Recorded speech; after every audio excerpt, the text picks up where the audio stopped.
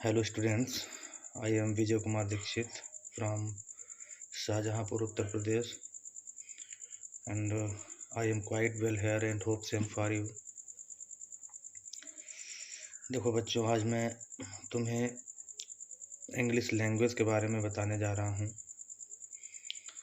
English language को students रटने का प्रयास करते हैं। कभी कभार बच्चे क्वेश्चन ढूंढ लेते हैं, उनको रटते हैं, याद करते हैं। इंग्लिश लैंग्वेज कोई याद करने वाली चीज़ नहीं है, ये सीखी जाती है। इंग्लिश लैंग्वेज एक सीखने की प्रक्रिया है। अगर आप इसको सीखना चाहते हैं तो फिर आपको इसमें पूरा ध्यान देना होगा, पूरी तरह से ऐसे वातावरण में रहना होगा जो कि इंग्लिश वाला हो, अंग्रेजी पढ़ी जाती हो, वहाँ पर अंग्रेजी बोली जाती हो।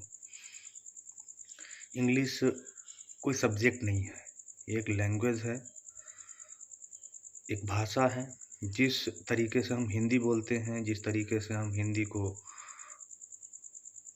का यूज़ करते हैं, वैसे ही अंग्रेजी है। अंग्रेजी का यूज़ किया जाता है, अंग्रेजी को याद नहीं किया जाता।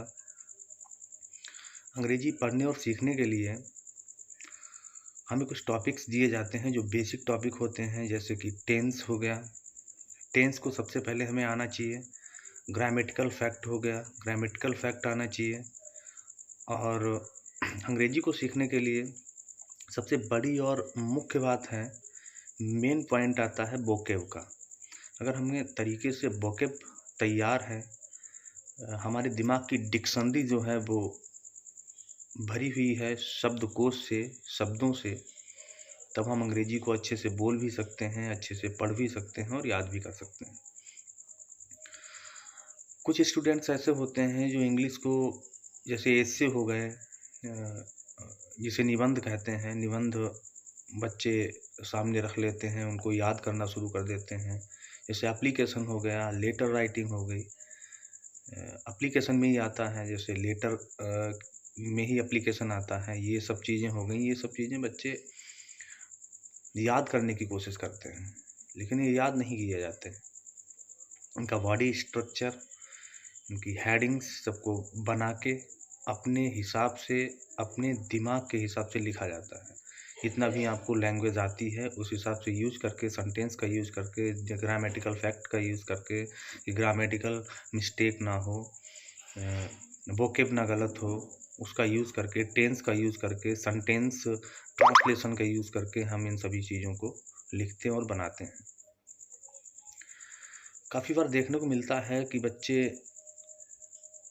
इंग्लिश को एक सब्जेक्ट के हिसाब से ले लेते हैं, जैसे कि हम साइंस लेते हैं, जैसे कि मैथमेटिक्स लेते हैं। लेकिन ये साइंस और मैथमेटिक्स के हिसाब के सब्जेक्ट नहीं है। ये एक लैंग्वेज है जिससे हम बात कर सकते हैं, कन्वर्सेशन कर सकते हैं, आपसी वार्तालाप को बढ़ा सकते हैं। तो जैसे कि आपको देखने को मिलता है कि काफ़ी चीज़ों को इंटरचेंज करके पढ़ा जाता है। जैसे एक्टिव का पैसिव हो गया, पैसिव का एक्टिव हो गया, डायरेक्ट का इनडायरेक्ट हो गया, इनडायरेक्ट का डायरेक्ट हो गया। तो ये सब चीज़ें हमें सीखने को मिलती हैं जब हम पार्ट्स ऑफ स्पीच को या फिर टेंस को, ट्रांसलेशन को और वोकैब को अच्छी तरह से पढ़ते हैं तब। इसके लिए हमारे मार्केट में अच्छी बुक्स भी अवेलेबल हैं, हमारे यूट्यूब पर अच्छे अच्छे टीचर भी मौजूद हैं। हमारे टीचर भी हमें कॉलेज में पढ़ाते हैं, लेकिन फिर भी बच्चा इन चीज़ों को सीख नहीं पाता। टीचर भी जोर देते हैं केवल याद करने पर। इंग्लिश लैंग्वेज याद नहीं की जाती। लिटरेचर की अपनी एक अलग स्थिति है, लेकिन लैंग्वेज अलग है। अगर आपको लैंग्वेज सीखना है तो आपको लैंग्वेज पढ़ना भी होगा, न्यूज़पेपर्स पढ़ने होंगे, वोकैब पढ़नी होगी, एक बढ़िया बुक, आपको अच्छी बुक चूज़ करनी पड़ेगी और उसको पढ़ना पड़ेगा। ध्यान रखना होगा कि टेंस या ग्रामेटिकल मिस्टेक तो नहीं हो रही है।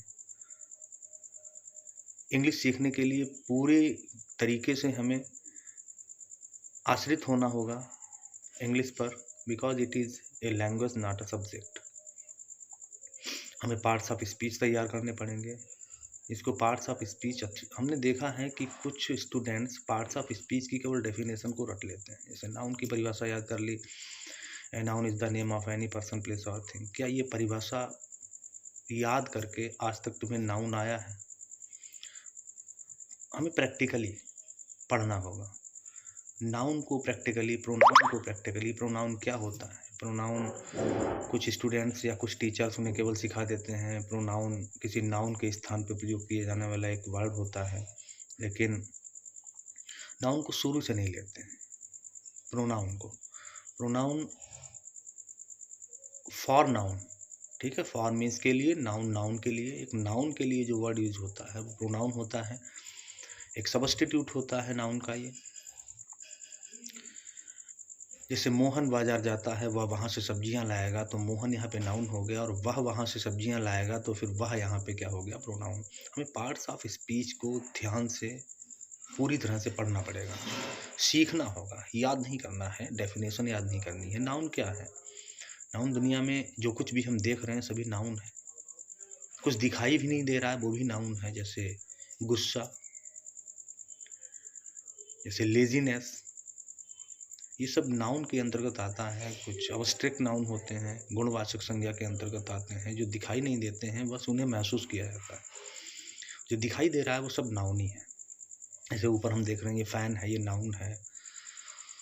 जो आप लोग हमें देख रहे हैं, विजय कुमार दीक्षित, विजय क्या है? एक नाउन है। लेकिन विजय की जगह पर अगर कोई टीचर लगा दिया जाए, या फिर विजय की जगह पर कोई ये भी नाउन हो गया, टीचर कॉमन नाउन के अंतर्गत आता है। लेकिन अगर वह लगा दिया जाए, क्योंकि मेल, ठीक है, उसके लिए वह लगा दिया जाए, ही लगा दिया जाए, ही एक प्रोनाउन है। मेरी विशेषता है कुछ कि मैं एक कैसा हूँ, तो वो उसकी नाउन का एडजेक्टिव हो गया। तो अंग्रेजी भाषा को केवल याद नहीं किया जाता। सभी स्टूडेंट्स एक रेस में लग जाते हैं कि याद करो याद करो याद करो। याद नहीं किया जाता इसको केवल सीखा जाता है, और सीखने से ही इंग्लिश आती है। ज़्यादातर ऐसे एटमॉस्फेयर में रहें जहाँ पर अंग्रेजी बोली जाती हो, जहाँ पर इंग्लिश को सिखाया जाता हो, ना कि याद करवाया जाता हो। हमें खुद ऐसी बुक्स को चूज़ करना पड़ेगा जहाँ पर अच्छे से इंग्लिश को डिफ़ाइन किया गया हो, ग्रामर को, या फिर लैंग्वेज को हम कह सकते हैं, पार्ट्स ऑफ स्पीच को पढ़ना पड़ेगा, टेंस को पढ़ना पड़ेगा, ट्रांसलेशन को, वोकेब को। ये सब चीज़ें अगर तुम्हारी पहले से ही ये बेसिक चीज़ें तैयार होंगी, तो अंग्रेजी जो लैंग्वेज है वो अच्छी तरह से तुम्हें आनी शुरू हो जाएगी। और जानकारी के लिए हम और भी वीडियो बनाते रहेंगे। आप लोग हमारे साथ बनिए, और मैं भी आपकी हेल्प करूँगा। Thank you.